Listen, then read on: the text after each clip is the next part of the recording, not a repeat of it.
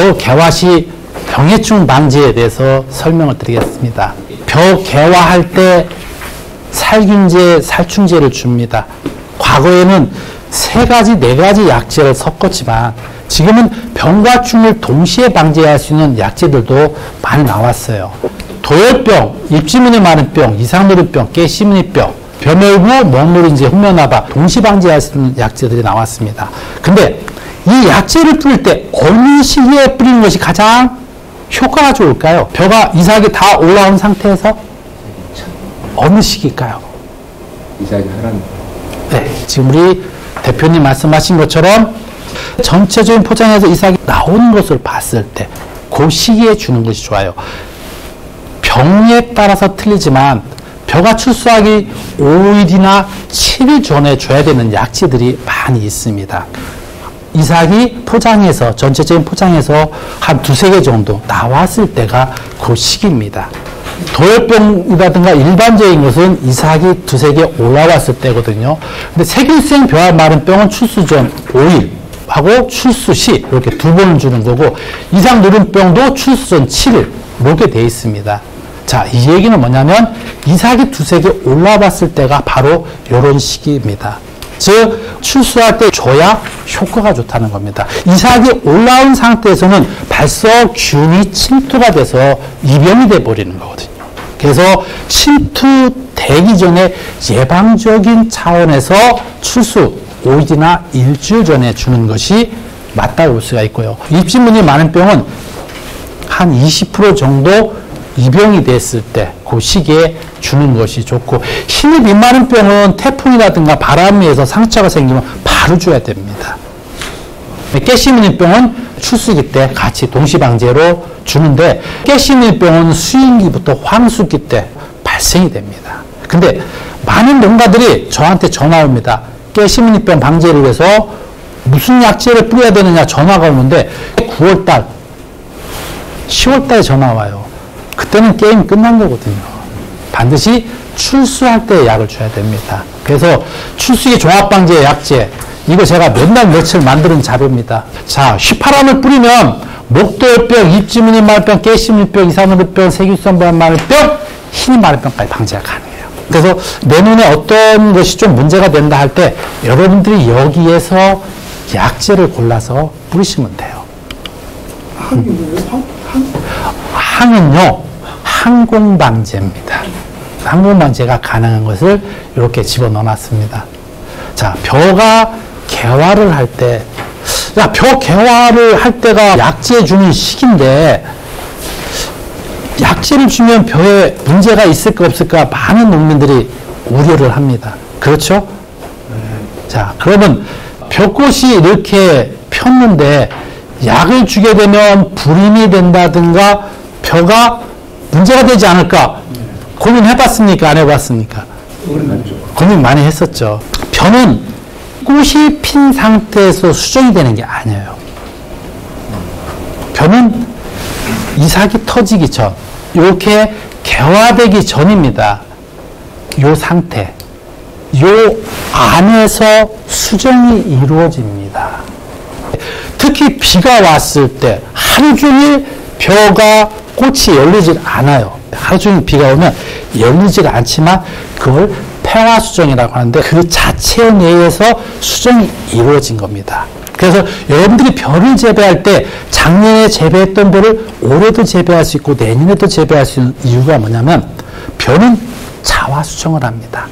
타화수정이 아니고 자화수정을 하기 때문에 4년 1기로 종자를 갱신하라고요. 4년 재배하고 종자를 바꾸라고 하지만 내가 콤바인 작업을 할 때 종자를 미리 잘 채취해 놓으면 10년이 됐건 20년이 됐건 그 종자를 계속적으로 쓸 수 있는 게 이 벼 종자는 자화수정 식물입니다.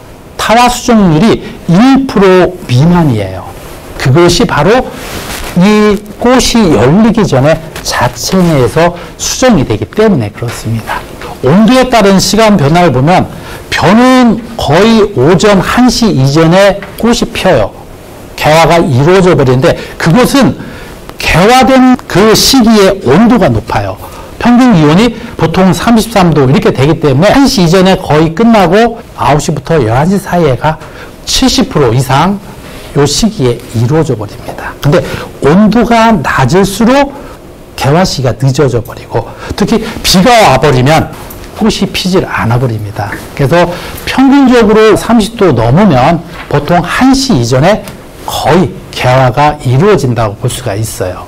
이것이 이제 폐화수정입니다. 벼꽃이 열리기 전에 이 안에서 수술 6개 자방에 주두라고 하거든요. 여기에 이제 꽃가루가 떨어져서 수정이 이루어지는 겁니다. 그렇게 하고 꽃이 개화가 되기 때문에 실제적으로 큰 문제는 없어요.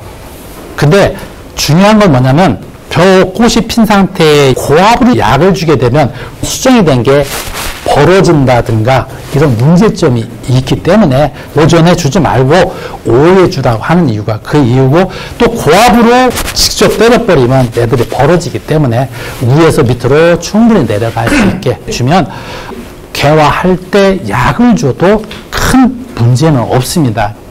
벼꽃이 폈을 때 약을 주면 문제점이 있는가 없는가를 데이터를 많이 찾아봤는데 그런 데이터를 그냥 볼 수가 없었습니다.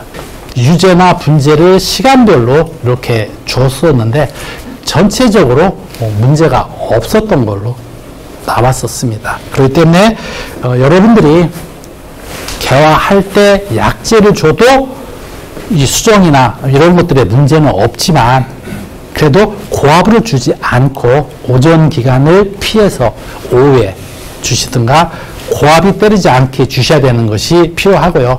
벼는 이삭의 개화가 일주일이 걸려버립니다.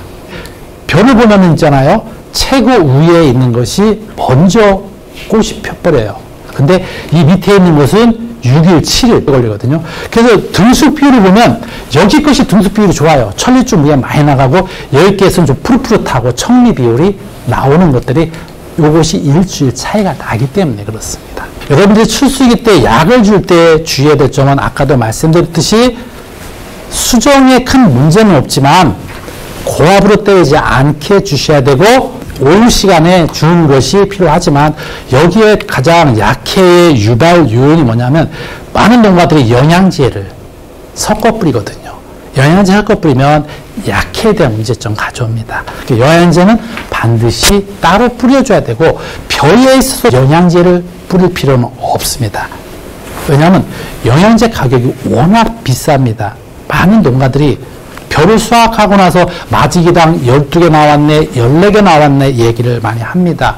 근데 야, 나 영양제 주니까 14개 나왔어. 나 영양제 안 줬을 때 12개 나왔는데 더 나왔어 하고 자랑을 합니다. 근데 영양제 가격이 비싸기 때문에 영양제 산 가격과 내가 뿌리는 살포 비용과 가격하고 감가상각 따져봐서 비교를 해줘야 되는데 농가들은 그건 싹 잊어버려요.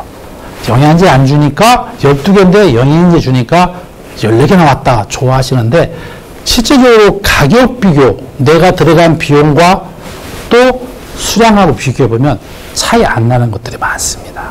그래서 영양제는 벼에 있어서는 그렇게 필요하지는 않다고 저는 생각을 가지고 있습니다. 그래서 약해적인 측면에 있어서도 꼭 영양제를 주게 되면 문제가 발생이 될 수 있습니다. 그래서 지금은 시군농업기술센터보다는 농약회사에 들어가면 혼육 쪽에 대한 것들도 잘 나와 있습니다.